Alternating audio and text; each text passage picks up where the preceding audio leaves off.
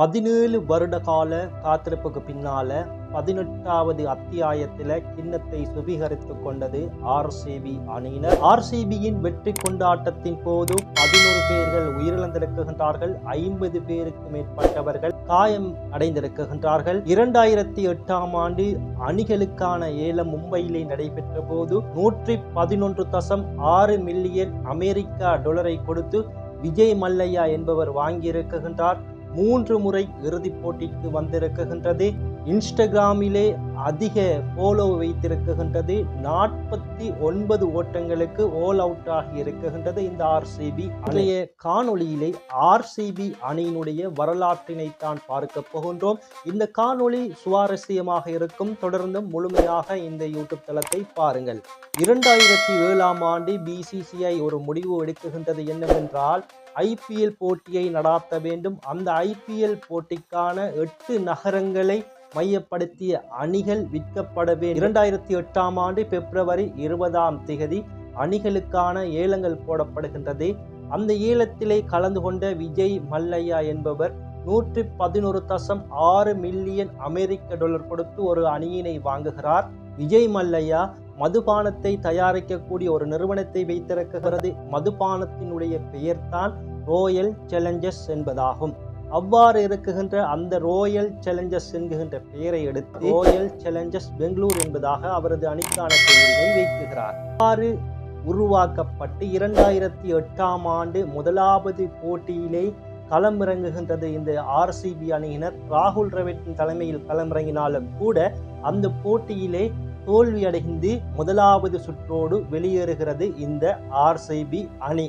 2009ஆம் ஆண்டு, 2011ஆம் ஆண்டு, 2016ஆம் ஆண்டுகளில் இறுதிப் போட்டிக்கு தகுதி பெறுகிறது. 3 முறை ஃபைனலுக்கு தெரிவாகிறது இந்த ஆர்சிபி அணி. 2009ஆம் ஆண்டு இறுதிப் போட்டியிலே டெக்கான் சார்ஜர்ஸ் அணியை எதிர்த்து ஆடுகிறது. அந்த போட்டியிலே 6 ஓட்டங்கள் வித்தியாசத்திலே தோல்வியை தழுவிக்கொண்டது ஆர்சிபி அணி. இதனால் ரசிகர்களுக்கு மிகுந்த ஏமாற்றத்தை கொடுத்தது. 2011ஆம் ஆண்டு ஐபிஎல்லின் ராஜாவான சிஎஸ்கே அணியுடனான போட்டி இடம்பெறுகிறது.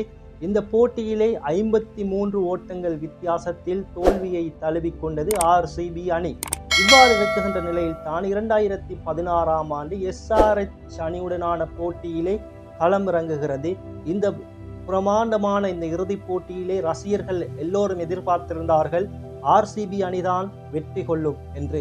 ஆர்சிபி அணி அந்த போட்டியிலே எஸ்ஆர்எச் அணியிடம் 8 ஓட்டங்களினால் தோல்வி அடைந்தது. 2008 முதல் 2024ஆம் ஆண்டு காலப்பகுதியில் இந்த ஆர்சிபி அணியில பல முக்கியமான வீரர்கள் விளையாடி இறக்குகிறார்கள்.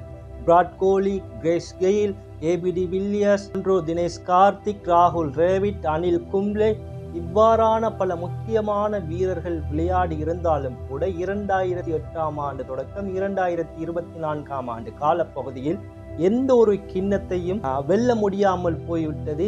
ஐபிஎல் வரலாற்றிலே ஆர்சிபி அணி புகழ் பெறுவதற்கான ஒரு காரணமாக அமைந்திருந்தது கிறிஸ் கெயிலினுடைய ருத்ரதாண்டவ ஆட்டம். அதாவது அந்த போட்டியிலே 17 சிக்சர்களை அடித்து 175 ஓட்டங்களை பெற்றார். 2013ஆம் ஆண்டு பூனே வாரியர்ஸ் அணிக்கு இடையிலான போட்டியிலே அவர் ஆடிய ருத்ரதாண்டவ ஆட்டம்தான் ஆர்சிபி அணி பிரபலமாகுவதற்கு காரணமாக இருந்தது. அதே போன்று ஆர்சிபி அணியிலே ஏபி டிவில்லியர்ஸ் மற்றும் விராட் கோலி ஆகிய இருவரும் இணைப்பாட்டமாக 229 ஓட்டங்களை பெற்றிருக்கின்றார்கள்.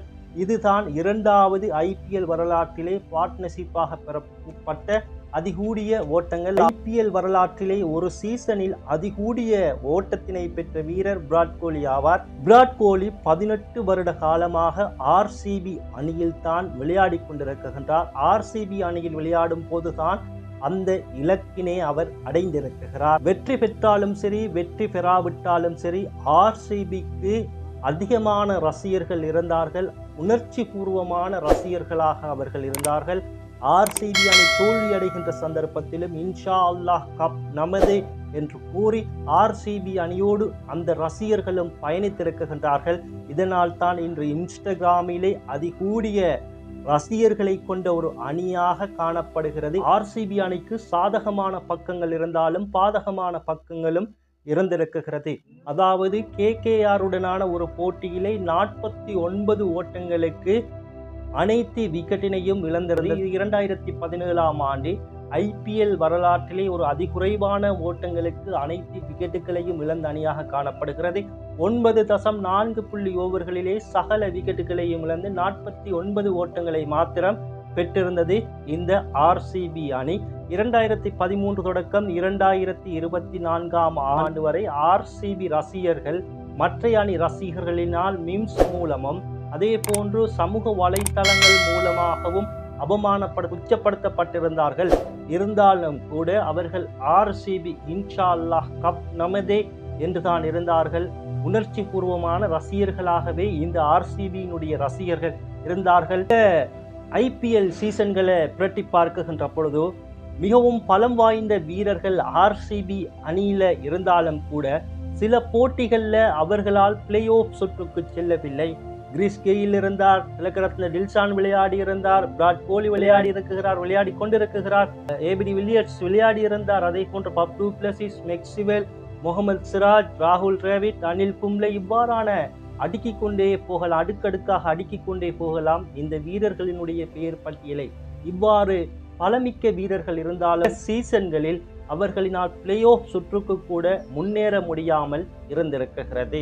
2025ஆம் ஆண்டு 18வது அத்தியாயமாக நடைபெற்ற இந்த IPL போட்டியில யாரும் எதிர்பார்க்காத விதமாக RCB அணி திறமையாக விளையாடி இறுதிப் போட்டிக்கு நுழைந்து இறுதிப் போட்டியிலே பஞ்சாப் கிங்ஸ் அணியுடனான போட்டியில வெற்றி பெற்றிருக்கிறது. இன்ஷா அல்லாஹ் கப் நமதே என்று கூறிய ரசிகர்களினுடைய வாய்ச்சொல் அந்த இடத்திலே பலித்திருக்கிறது. இவ்வாறு ஒரு சந்தோஷமான நிகழ்வை நமக்கு தந்திருந்தாலும் கூட மறுநாளை நாம் RCB ரசிகர்களாகிய அனைவரையும் சோகத்தில் ஆழ்த்திய ஒரு நிகழ்வு இடம்பெற்றது. அதுதான் RCB-யின் வெற்றி கொண்டாட்டத்தின் போது 11 பேர் உயிரிழந்திருக்கிறார்கள், 50 பேருக்கு மேற்பட்டவர்கள் காயம் அடைந்திருக்கிறார்கள். இவ்வாறானதொரு சோகமான நிகழ்வும் ஏற்படுத்தியிருந்தது இந்த RCB அணி. நாம் விளையாட்டை விளையாட்டாகவே எடுக்க வேண்டும். 2025ஆம் ஆண்டு RCB அணியினுடைய வெற்றி ஒரு சரித்திரமிக்க வெற்றியாக இருக்கிறது. அதற்கு காரணம் என்ன என்பதனை நீங்கள் கமெண்ட் பண்ணுங்கள். இவ்வாறான காணொளிகளை நீங்கள் தொடர்ந்து முழுமையாக பார்வையிட இந்த யூடியூப் தளத்தை சப்ஸ்கிரைப் பண்ணி வைத்துக் கொள்ளுங்கள்.